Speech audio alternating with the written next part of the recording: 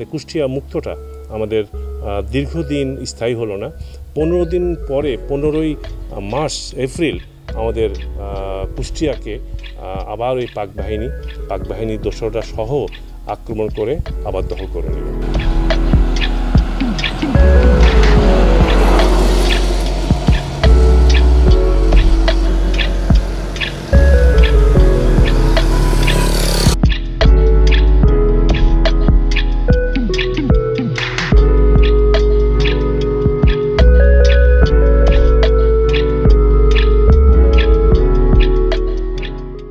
তারিখে আমাদের কুষ্টিয়া, বৃহত্তর কুষ্টিয়া তথা বৃহত্তর খুলনা তথা বৃহত্তর যশোর হানাদার মুক্ত করবার জন্য আমরা মিত্র বাহিনীর সাথে যৌথ বাহিনী হয়ে একসাথে আমরা অগ্রসর হলাম। আগেই বলেছি যে 7 তারিখে আমরা যশোর দখল করলাম। যশোর ক্যান্টনমেন্ট ফল করার পর আমরা 7 তারিখের রাত্রিতে আমরা ঝিনাইদহ ক্যাডেট কলেজে এসে অবস্থান গ্রহণ করলাম এবং 8 তারিখে প্রত্যুষে আমরা কুষ্টিয়া অভিমুখে রওনা হলাম। এই বৃত্তিপাড়ায় যে সম্মুখ যুদ্ধ হানাদার বাহিনীর সাথে আমাদের অনুষ্ঠিত হলো, সেই হানাদার যুদ্ধে বিপুল বিক্রমে মিত্র বাহিনীর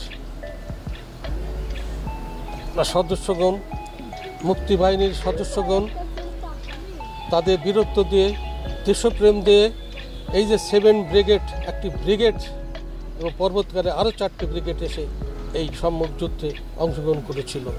এই সকলের সাথে আমিও যুদ্ধ করেছি।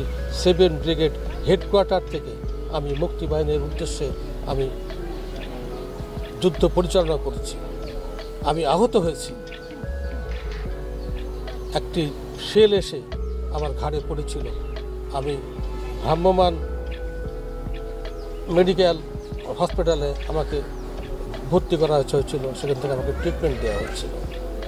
তখন এই যে বৃত্তিপাড়া যে অঞ্চল এখন দেখছেন, এইগুলি তখন ছিল মাঠ, ফসলের মাঠ ছিল। এগুলিতে কোনো আবাসিক এলাকা ছিল না। এদিকে এর পাশ দিয়ে বয়ে গেছিল ক্যানাল, কপোতাক্ষ নদীর সেচ ক্যানাল ছিল, মাঠ ছিল এবং মাঝে মাঝে বৃক্ষরাজি ছিল, মাঝে মাঝে জঙ্গল ছিল, এরকম জায়গা ছিল। এখন এই যে বৌদ্ধভূমিকে কেন্দ্র করে এই যে স্মৃতিস্তম্ভ এখানে স্থাপিত হয়েছে, এর পাশে অনেক আবাসিক এলাকা দেখা যাচ্ছে, অনেক হাট বাজার দোকানপাট বসেছে। তখন এসব কিছুই ছিল না। তখন ছিল এটা বিস্তীর্ণ একটি শস্যক্ষেত্র। মানুষের ভিতরে যে উত্তেজনা, আমাদের ভিতরে যে ট্রেনিং নিয়ে মুক্তিযুদ্ধে অংশগ্রহণ করতে হবে, আমরা বিভিন্নভাবে সেই পরিকল্পনা এবং প্রস্তুতি শুরু করলাম এবং সারা বাংলাদেশে একই রকমের প্রস্তুতি শুরু হয়ে গেল। ইতিমধ্যে 26শে মার্চ পাক বাহিনী, পাক হানাদার বাহিনী তারা ঢাকা একযোগে আক্রমণ করে ইপিআরের পিলখানাতে, আমাদের রাজারবাগের পুলিশ ক্যাম্পে, পুলিশ যে ব্যারাক, পুলিশ যেটা বাহিনীর সদর দপ্তর, সেখানে আমাদের ঢাকা ইউনিভার্সিটির বিভিন্ন এইগুলো হলগুলোতে একযোগে আক্রমণ চালিয়ে হাজার হাজার মানুষ তারা হত্যা করলো। এবং এটা যখন প্রচার হয়ে গেল বিবিসির থেকে আমরা যখন জানতে পারলাম পরের দিন, তখন সারা দেশের মানুষ যেন আরও ক্ষোভে ফেটে পড়লো এবং পাক বাহিনীর সঙ্গে যুদ্ধে লিপ্ত হওয়ার জন্য তারা মানসিক দিকে প্রচণ্ডভাবে প্রস্তুত শুরু হয়ে গেল। আমাদের কুষ্টিয়াতে ইতিমধ্যে আমাদের পাক বাহিনীর তারা দখল করে ফেললো আমাদের পুলিশ লাইন, আমাদের কুষ্টিয়া জেলা স্কুল এবং আমাদের মোহিনী মিল এলাকার ওয়ারলেস এলাকাতে পাক বাহিনী তার আস্তানা গাড়ল। ইতিমধ্যে আমরা প্রস্তুতি শুরু করলাম আমাদের কুষ্টিয়া মুক্ত করার জন্যে। আমাদের ইপিআর যেটা আমাদের চুয়াডাঙ্গার ব্যাটালিয়ান থেকে ইপিআর আমাদের মিরপুরে ঢুকে পড়লো।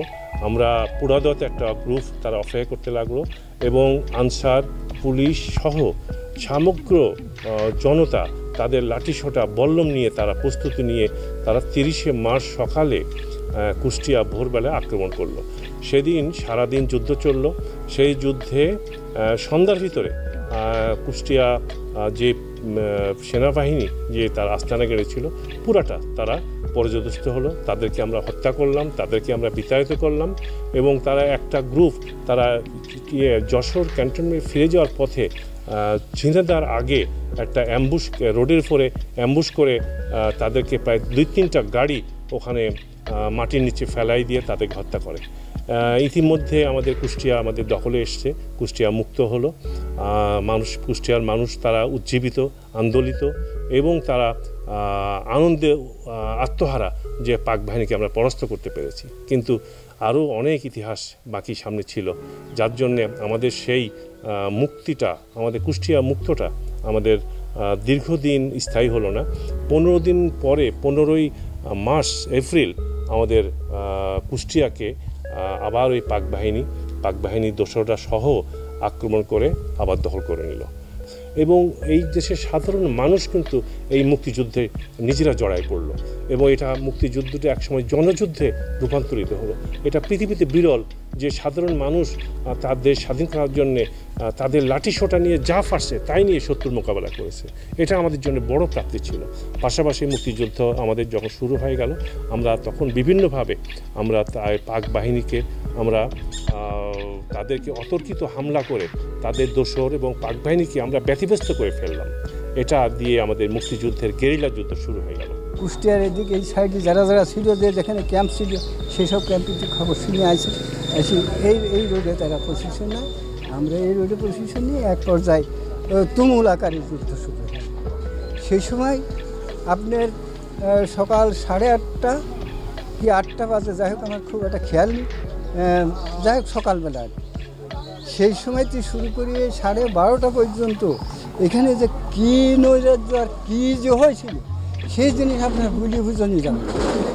গুলির ধুঁয়ো, গ্যানেটের ধুঁয়ো, বোমের ধুঁয়োতে এখানে খালি ধুঁয়ো আর কুয়ো মতন দেখা যাচ্ছে সেই সময়।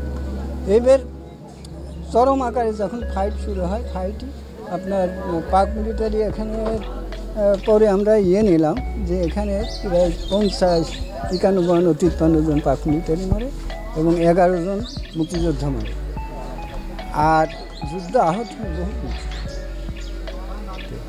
এবার পরে আমি যখন আমার কমান্ডার ছিল লিডার সাহেব,